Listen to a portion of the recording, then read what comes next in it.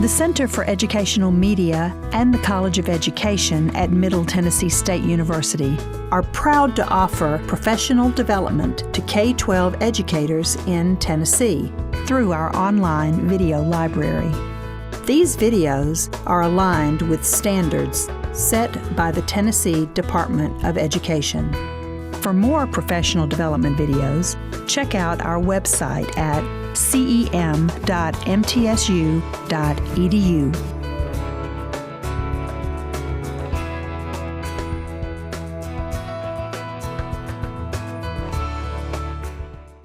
I want to introduce Dr. Wenling Chow from the Department of History here at MTSU. She is also the director of the undergraduate program in the history department. And her expertise lies in the history of China, of course, which I'm sure you could guess, but in particular, the history of medicine in China. So she also teaches courses on history of medicine here in the department, as well as history of Japan. And so we're very lucky to have her joining us here today to talk to you about China, traditions, and modernity, as well as Confucianism. And without further ado, I'm going to turn this over to Dr. Chow. Thank you, Stacy. Okay, good morning, all of you, and thank you for coming. I thought about, what I should talk about, today, since, China, history of China is such a, big topic. We have such a long history. So I thought, I would, focus on Confucius and Confucianism, and tie, some of his ideas, to what happened through history and to modernity, as well. And what I would do, is I've got handouts of primary documents. I'm going to hand out these readings and have, I guess, 4 different groups. I have 4 different sections in here. And, each group would only read that little section because we don't have a lot of time to go over, everything. But, certainly these would be available for you, later on if you want to read that. And then I've got questions for, one short question, for each group, sort of, what you should be looking for, as you're reading. Okay, so the first the first selection is from, the Analects, and then the second one with number 2 is Chen Du Shou, The Way of Confucius in Modern Life, and then 3, Madam Cheng on the New Life Movement, and then number 4 is Gu Mu, Confucianism as the Essence of Chinese Tradition.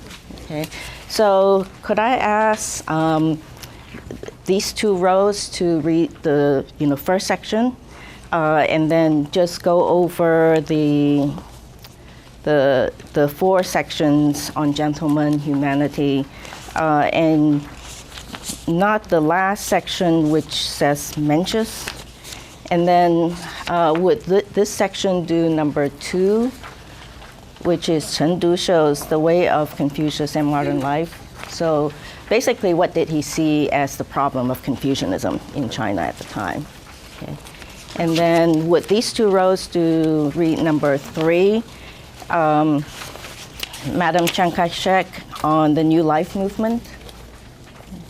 And then, what were they trying to achieve with the New Life Movement, and what were some of the behavior codes? And then Gu Mu, the last 2 rows, Gu Mu, Confucianism, as the essence of Chinese tradition. Okay, so we'll spend a few minutes on that first, and then we'll go into, the lecture.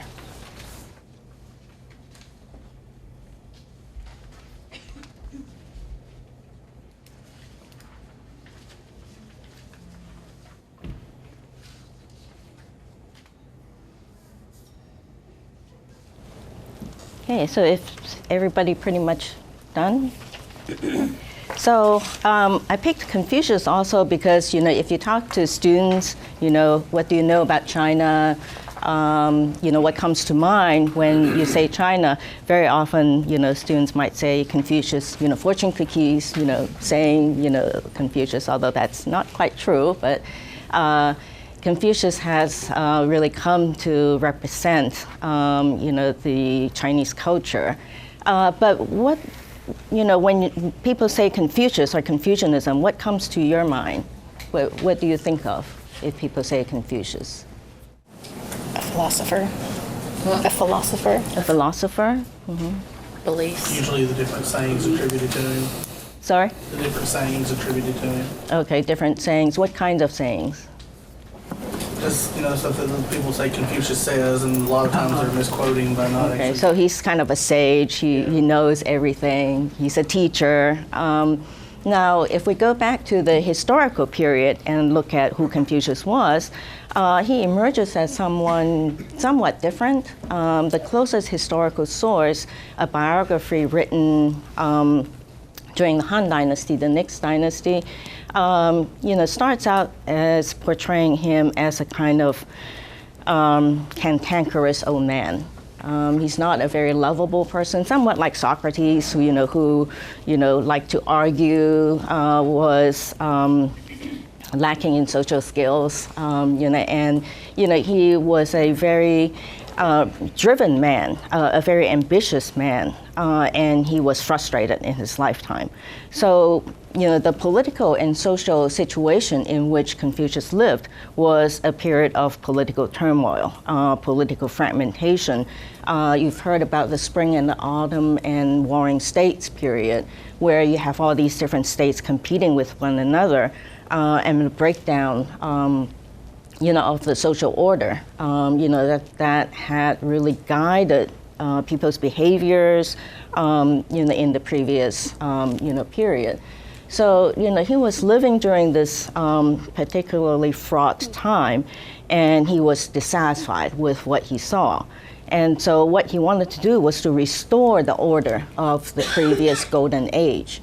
And like many other philosophers, he went around, trying to persuade these lords to employ him, to try to persuade them that his way was the best way. But unfortunately, he did not succeed. He went around, there were records, of him actually serving as ministers, a minister in, one of the small states. But he really was not very successful in that he was unyielding, in his ideas, and he was also rather abrasive, in insisting, that the lords listen to him, and do everything, his way. So he was not successful in his efforts to become, a minister, to bring about change, within the world, and to restore, the golden age. So he died really of frustration, and he died in relative obscurity. Not very many people knew about him. Certainly there were his critics, who, criticized him for being, impractical, and such. But he died in obscurity. So how did he then become, such a, tremendous symbolic figure for Chinese culture? And for this, we have to look at what happened after his death, and some of his teachings, as well. Confucius, like Socrates, did not write down anything. So a lot of his teachings comes down to us through the writings of his disciples. Just as Socrates, we know a lot of his ideas, through Plato, and his students. And so one of the main sources of his ideas is from the Analects, which is a collection of the conversation between Confucius and his disciples. So you see that, the Confucius, sayings a lot of times are extracted, from the Analects. And then, later on, we'll see how, he evolved into such a, cultural icon and the so-called uncrowned king, of Chinese civilization. And Confucius, again, we have to keep in mind that did not invent these ideas. What he did, was to really systematize, and also, bring together, the changes that were already occurring within society, at the time. So if we take a look at the Analects, and I'm going to ask this group that had, the first section on looking at sayings from the Analects. Under the section, the gentleman, what struck you as, the sort of the most representative of his ideas of what the gentleman was? I think the quote where he said, "If the gentleman is not dignified, he will not command respect, and his teachings will not be considered solid." Not only for a group of teachers is that kind of an important quote, but he himself was a teacher. And so if you don't command the respect, if you don't treat people right, they're not going to listen to you, and what you believe is not going to be shared. And so he's saying that, a gentleman, who would, in his assumption, would be the leader, of all the others, has to conduct himself and note that it's himself. He talks about men. That, they had to be decorous, they have to follow the rituals, and they have to, have morality and be clear, in his teachings, as well. And the gentleman, the idea of the gentleman comes from, a very ancient period of time where, the aristocrats were considered gentlemen. But in a period of turmoil, the meaning of gentleman changed, where Confucius argues that a gentleman is made and not born. So it's not because of your birth, but it's because of your education, how you conduct yourself, your morality, the rites that you perform, that is important. So he says, the gentleman understands integrity. The petty person knows about profit. And one of the emphasis, in terms of, the idea of the gentleman is that he disdains making profits, he disdains, the selfish ways, and, instead, he looks out, for the common good and sets himself up as the model for, the rest of the people. What about humanity? What does he say about humanity that strikes you? Well, he says that people can be classified according to their faults, and that you can know a person by observing the individual's faults. You can know if they're a person of humanity or not. So he's looking at actions. What you do is important, and what's within your heart is important, as well.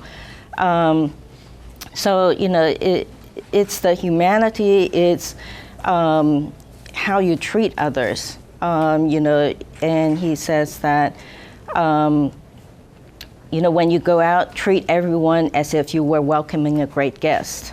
Employ people as if you were conducting a great sacrifice. Do not do unto others what you would not have them do unto you. Then neither in your country nor in your family will there be complaints against you. So, this, humanity towards others, he sees, as an important aspect, for a leader, and for a gentleman.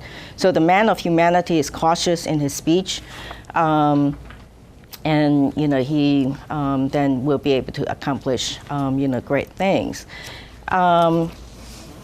And humanity, he says, is more important for people than water or fire. And he says that riches and honors are the things people desire, but if one obtains them by not following the way, then one would not be able to hold them. Poverty and low position in society are things that people hate, but if one can avoid them only by not following the way, then one should not avoid them. Okay, so following the way, having that humanity, was important. Okay. Filial piety.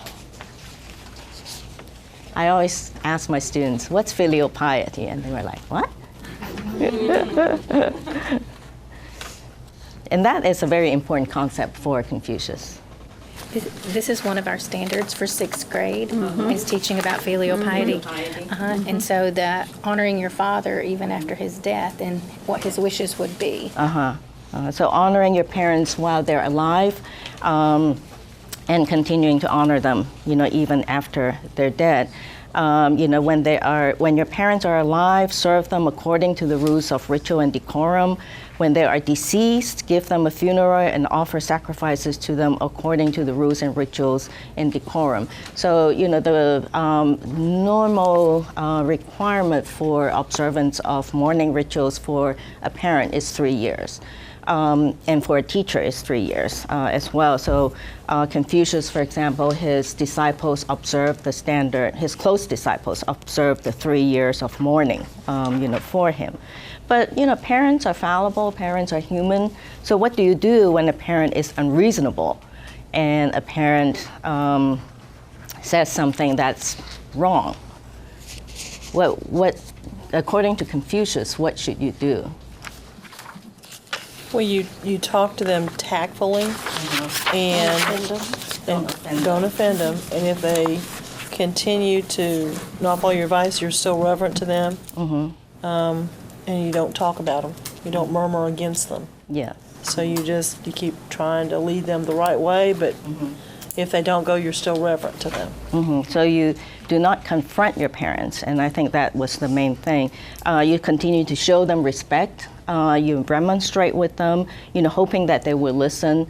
But if they do not, you cannot, argue with them, scold them, or anything. So that's, filial piety, absolute reverence and respect for your parents. And this, applies to teachers, as well. And the last section, I think it's telling. The Duke of Shi said to Confucius, in my land there is an upright man. His father stole a sheep, and the man turned him into the authorities. So, that's according to the law, right?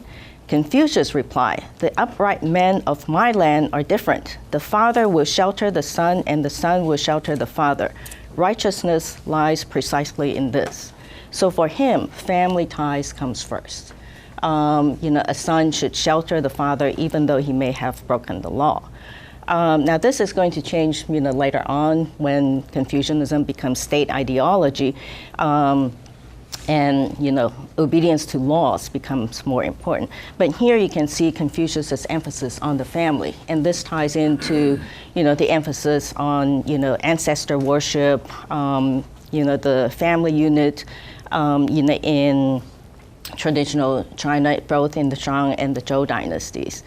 And so, that emphasis on family, that emphasis on respect, on filial piety, is one of the, core teachings of Confucianism.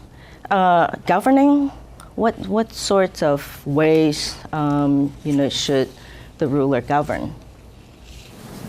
Lead them by means of government policies and regulate them through punishment. Well, he talks about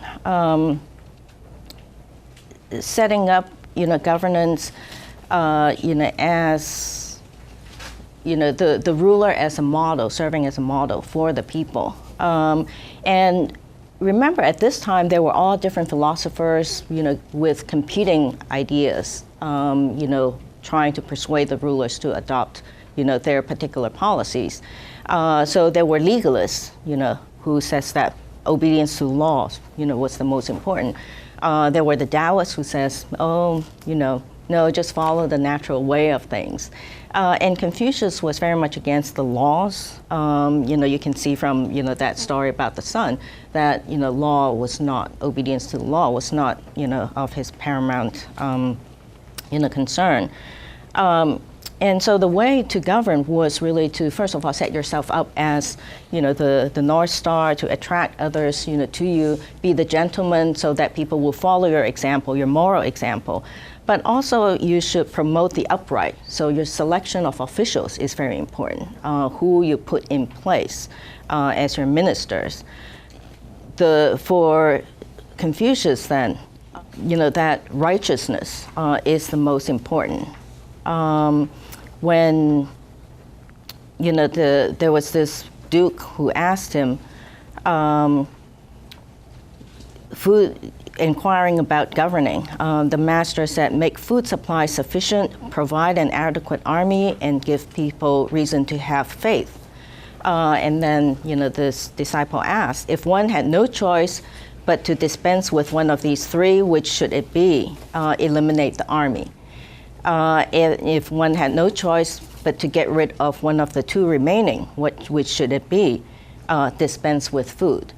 And Confucius said, since ancient times, death has always occurred, but people without faith cannot stand. So for him, that's the most important. You get rid of the army, you get rid of the food, but righteousness, that morality, cannot be dispensed with. So overall, how would you describe Confucius's vision, of, an ideal state? I think that was interesting on the very first of that one on governing. When he talks about, he says, okay, well, if you do it by this way, if you lead them by means of government policies and regulate them through punishments, people become evasive and they have no sense of shame. So, go ahead, set them up like this in this really strict form, and they'll just learn to go around it, and they won't feel guilt or anything. They'll just feel like they've gotten the right end of the bargain. But if you lead them with your own virtue, set yourself up as an example, and then give them rituals in a way that everything works, if they do something wrong, they'll have a sense of shame, and they'll have their own standards. I thought that was kind of interesting, because you get students who, if you just set yourself up as this uncaring, firm, they think getting around you is pretty cool, because then they've one-upped you. But if you set them up as knowing them and knowing who they are, then when you can talk to them, then they've actually let you down and they feel bad about it, and they have a sense of their own worth and how they kind of put into the classroom. And so Confucius was against the laws because precisely that it does not instill that sense of morality and shame in people. If you think that you can get away with something, you do that. But if you instill a sense of shame, in people, a sense of right and wrong and moral values, they would not do it even if the opportunity presented itself. So he knows that this is going to take a much longer time than laws, because laws is very efficient. You do this, you get punished, you get beaten up 30 strokes. But if there's a sense of shame, they won't even do it. So, for Confucius then, it's the creation of this moral state based on, family values, based on the importance, of filial piety, humanity, and should be led by gentlemen. So it's a very idealistic, society. But you can imagine that the rulers didn't really find that all that exciting or useful. What do you mean I have to be good and moral? And so he was not, very successful. And, as I mentioned, he died in relative obscurity. But through his disciples who expanded on his teachings, and later on the subsequent dynasty, the Han Dynasty, well, the Qin Dynasty came first, that used legalism. The first emperor of China, who, the one who created all those terracotta soldiers, that huge tomb, well, he used legalism. And he said, my dynasty is going to last for 10,000 generations. Well, it lasted for 3. And so, it collapsed very quickly, and it discredited legalism. He was very, effective in concentrating his powers, but it did not inspire respect in the people, for him. And so the subsequent dynasty that followed, the Qin Dynasty, the Han Dynasty, lasted for over 4 centuries, and promoted Confucianism and Confucianist ideas. But in looking at the kind of Confucianism, that was promoted, during that time, we'll see that it was very cleverly done, in the way that it was cloaked in Confucianist language.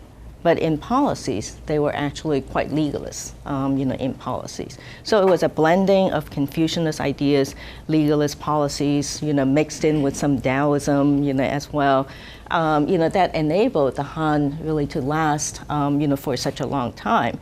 And because of the promotion, of his disciples, Confucius, posthumously, gained fame, and the Han claimed him as an ancestor. Claiming that they're descendants, of Confucius, to give themselves much more legitimacy, that moral legitimacy. All the dynasties, came into power because, of military might, because they were the most powerful group. But they all had to claim a moral legitimacy that, they are the gentlemen. They are the rulers who have, this, the perfection of the rituals, to have that, legitimate standing, to be the ruler of China. And Confucius then came to be constructed as a, he was, attributed with, writing these, several volumes of histories. He was elevated to the position, of a king, in some of the legends. He became a diviner. He had somehow, according to myths that were created, predicted the coming of the Han Dynasty. So there were all these, different stories, myths, legends that were created that elevated him, to the position, of an uncrowned king. And the cult of Confucius then gradually, expanded, and became even more elevated by the medieval periods when the cult of Confucius was incorporated into the imperial pantheon. Of deities that were worshipped by the emperors. So here you have Confucius being worshipped alongside, some of the legendary, emperors, legendary ministers, and he, becomes part of that, religious landscape, as well. And, he also comes to really represent, the key for success in civil service, because now all the educated elite had to study the so-called Confucianist classics. The Analects, of course, but there were also other classics that were attributed to Confucius. There were commentaries on these classics that, the educated elite had to study in order to pass the civil service examinations. And the civil service exam was a system that evolved from the Han Dynasty, in rudimentary forms, become systematized in the medieval period and also, early modern times, to really become the way through which people can gain access to the civil service. And so the civil service exam, looms large, in the lives of all the elite. Now, technically and theoretically, it was open to all people. If you can study, you can sit for the exams, and you can become an official, and you would gain fame, power, and wealth. But in reality, of course, to be able to do that, you had to have money to hire tutors, to buy books. You had to have the time to study. So if you were constantly working the fields, you didn't have time to study. So it remained pretty much limited to a small elite, in Chinese society. And you have this educated elite that was dedicated to the Confucianist classics. And Confucius himself becomes the, the legendary sage that people all look to, for these educated elite. I would say, wouldn't you also say that in order to keep your family's social prestige, you would also have to make sure that someone was sitting for the tests in order to keep your family on the cutting edge, and so that, that if there hadn't been a couple generations before anybody had been in there, you wouldn't be among the top elites. So you'd have to keep making sure that someone from your family was going in. And so you want to, and that's why there's a lot of pressure, on the young men, in these families. And so some families, who could not afford, to send their sons to schools, they would turn to their clans. And so the clans very often will provide the funding if there's a very precocious child. And, the clan will pool their monies together to enable him to study and, go through the civil service exam. So here is, again, the importance of the family. So what we see is that through the centuries, you have Confucius gradually from the Han Dynasty onwards, all the way through to, the medieval and the early modern periods, becomes that, that figure that all educated elite look to. They have to study, and education then becomes one of the key, ways of success, for the elite. Now, you ask, what about the peasants? Did they study Confucianism? Well, I don't think they were really worried about morality, if they were worried about putting food on the table. And very often they would worship, they might worship Confucius also. They would hope that their sons, would be able to become a civil servant. But there were also, the religious landscape is very diverse. They can worship many different gods, goddesses. You have legendary, sages, physicians, turning into gods. So it's a very fluid religious landscape. So I would say that Confucius and Confucianism was dominated mostly by the elite, during the early modern times. And the civil service exam did not end until 1905. So it went all the way through, to the 20th century. And Confucianism, with its many manifestations, becomes sort of the representation of Chinese culture. It's transmitted into other regions in East Asia. It's transmitted, to Japan, to Korea, to Vietnam. And with that, you have, that same reverence for the family, the same reverence, for education, and the same reverence for the idea, of a gentleman. Okay. But that was also, that issue, that came to plague China. So we're going to skip ahead, and if we move on to the 19th and the 20th centuries, what was happening at that time around the world? Wars, conflicts, imperialism, colonization. And there was the famous Opium War, 1839, where the treaty and at the first of the series of unequal treaties were signed, and there was it caused tremendous turmoil. And initially, the Chinese elite responded, with certain confidence that Chinese culture will withstand this challenge. It's just the technology that we're lacking. We'll just adopt the technology and we'll be fine. And then they were defeated again and again. And doubts began, to surface with the elite. And with the defeat of China, in the Sino-Japanese War, 1894, it became much more urgent. Now we're defeated not just by the West, we're defeated by Japan. And that is critical. Japan has always been the younger brother. How can the younger brother defeat the older brother? And so, more soul searching, more, efforts to try to save China, from Western imperialism, but also, a reevaluation of what Chinese culture is and Chinese civilization. Was it Chinese culture, the so-called feudal traditions that was holding China back, that made China so backwards, unable to resist, the challenges coming from the West? So you have a whole series of new intellectuals who emerged, who said that we need to really look into ourselves, to try to, save China. So Chen Dushou was one of the intellectuals who was also the founder of the Chinese Communist Party as well.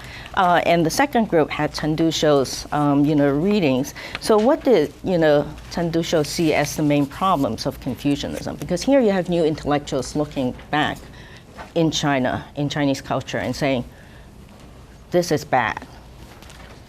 It's feudal. It was meant for feudal times, not modern times. Mm-hmm. And what did he see as sort of the representation of modernity? Individualism. And remember, Confucius talked about family, talked about your relationship with your mother, your father, and the paramount importance of the family. And Chen Dushou is arguing that, well, Chinese only know about family, know about the state, the community, but not the individuals. Okay?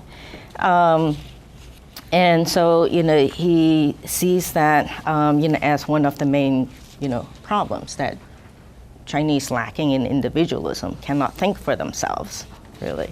And what other things did he see as problematic? Most of his examples talk about the oppression of women. Women, okay. That wives subject to their husbands to the point where if they become widows, they cannot remarry. That both families pressure the widow to keep her widowhood status, and that she then becomes kind of the responsibility of a son to take care of, and at no time can she assert herself. Assert her own independence. And here he is actually romanticizing, the Western tradition, the position of women in the West. And he's using that to really criticize, Chinese culture. That patriarchy, that emphasis on the, position, of the father within the family, he's challenging that, and he sees that as part of that feudal tradition, part of that Confucianist idea that is really holding China back, being able to respond effectively to, the challenges of the West. So he says that, well, it's in the West, it's not considered improper even for strangers to sit or dance together.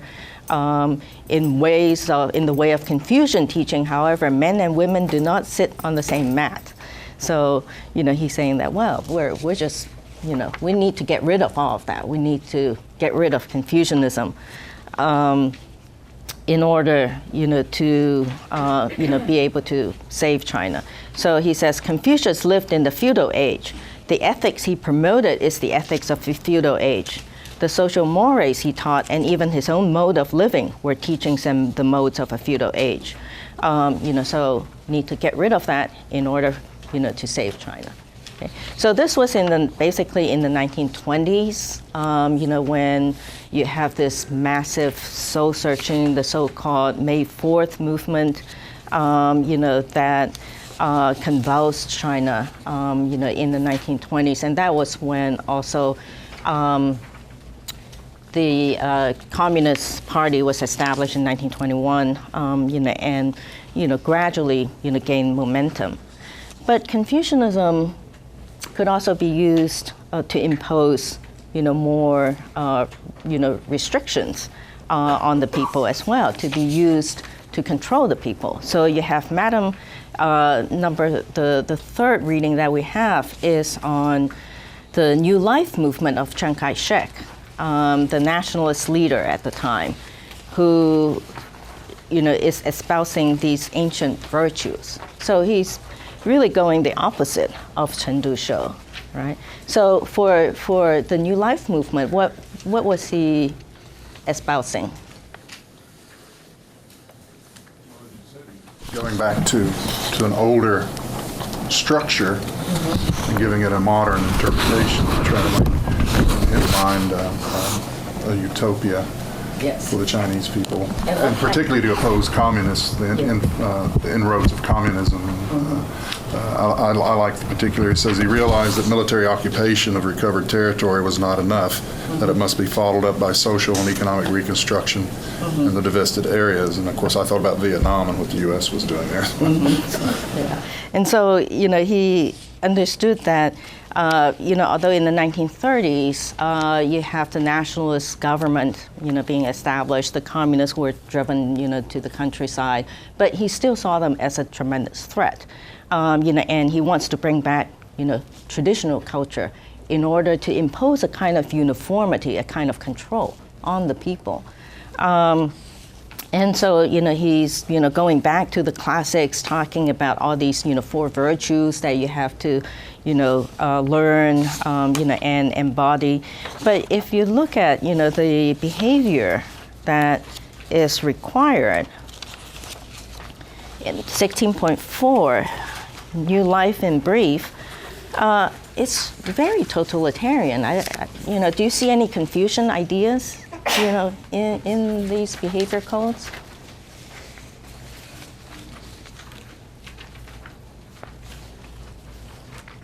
Clothing should be tidy and clean. Buttons should be well buttoned. Hats should be worn straight. Shoes should be worn correctly.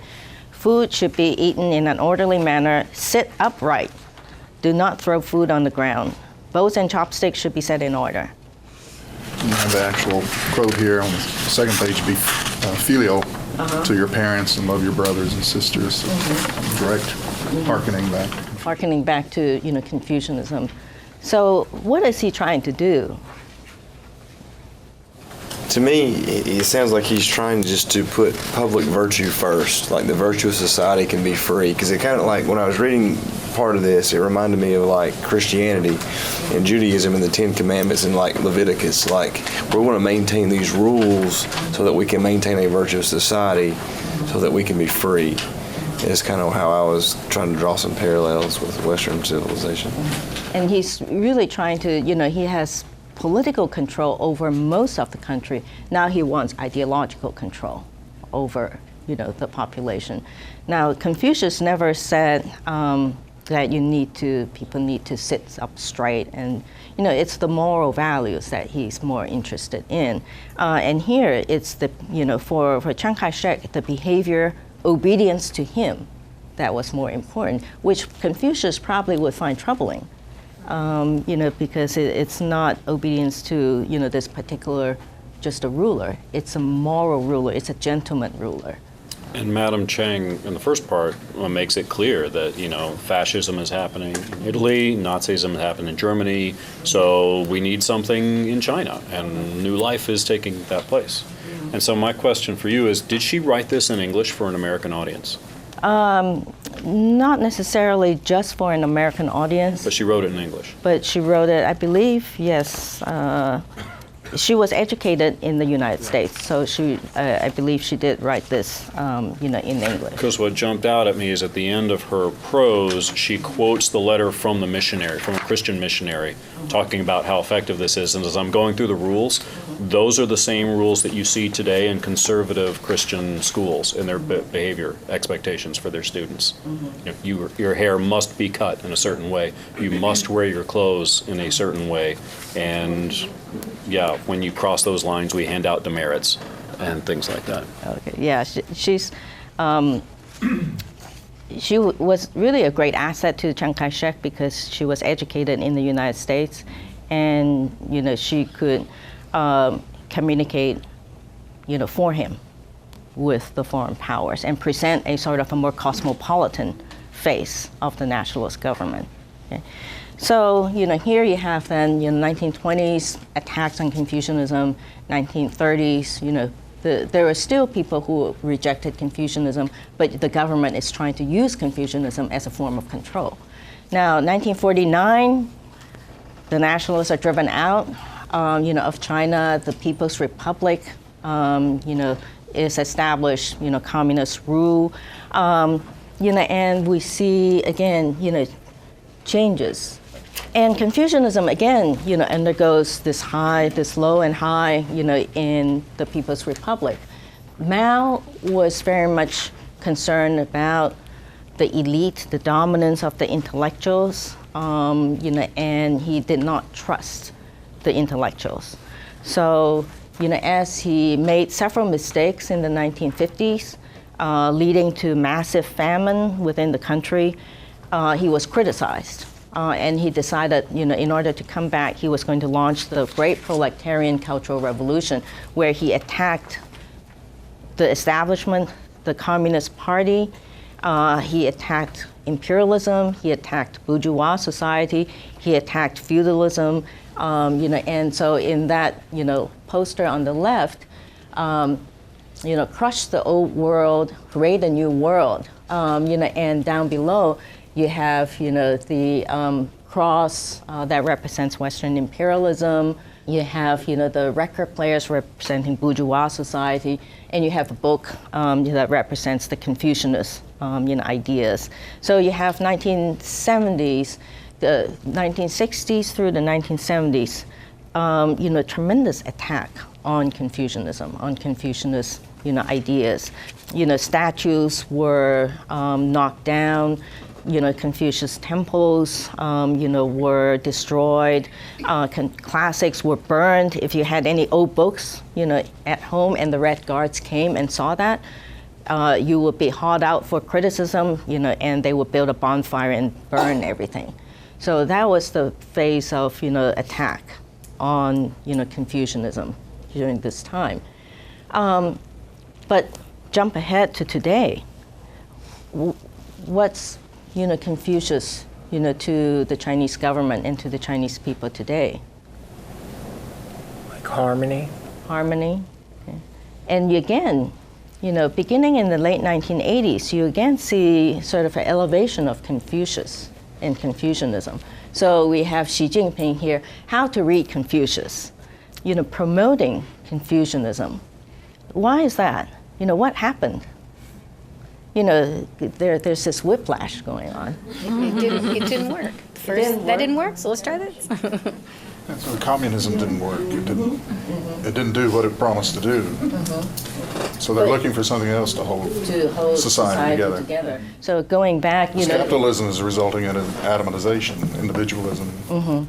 Individualism that Chen Dushou actually was advocating, but it's challenging to the Communist Party because you don't want people to go their own separate ways. They have to, go towards and work towards the socialist dream, for China.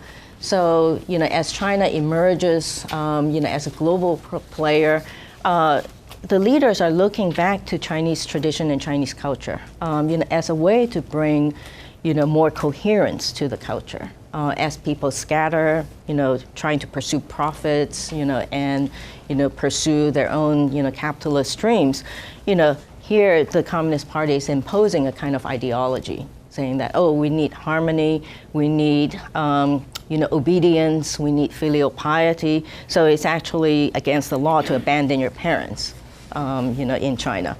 And it's also, directed globally, as a way to ensure, a kind of not, this strong political power that, China wants to exert, but a kind of soft power. So spread of Chinese civilization, the elevation of the idea that, Chinese civilization is 5,000 years old and can contribute, globally to everyone.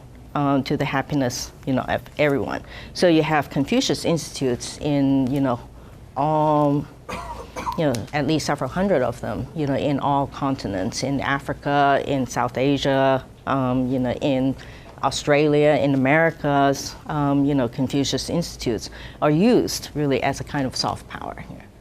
So in looking at, sort of the very quick look at the history of Confucius and Confucianism, we see that, it's never really static, and it's always, fits into a particular, mode and particular needs, of the time. So is there a real Confucius? What's the real Confucius? A real Confucianism? It's kind of age specific. I mean, it becomes what's needed for the time in a lot of ways. So like today's Confucianism is not necessarily the feudal Confucianism ideas, although it's based on some of it, but it's what they need today. Okay. But are there, elements of Confucianism that you can say that, Confucius, looking at society, contemporary society, would agree with? Or is he just going to be completely, disenchanted? I mean, if I understand his teachings correctly, his focus is on relationships, right? This idea of the way for Confucius is how you get along with other people. Like he rejects this idea of individuality. What's the point of being an individual if you don't have someone to share it with? And that, whether Xi Jinping is presenting himself as like the elder brother, there to help his younger brothers. But that's about that relationship with other countries or relationship within the family of nations and peoples and things like that. And I imagine at least that Confucius and Mencius both would say, yeah, and but then also probably have a few things to say about the way he was doing things. The way that he's doing it, the way that he's, especially in terms of, for example, treating the ethnic minorities, within the country, and in his insistence on, laws when it is to his advantage. Yeah. So I think Confucius would find that troubling. Okay. So, so this is kind of, a very broad, look at how, one idea, one philosopher can be interpreted and used differently, throughout history.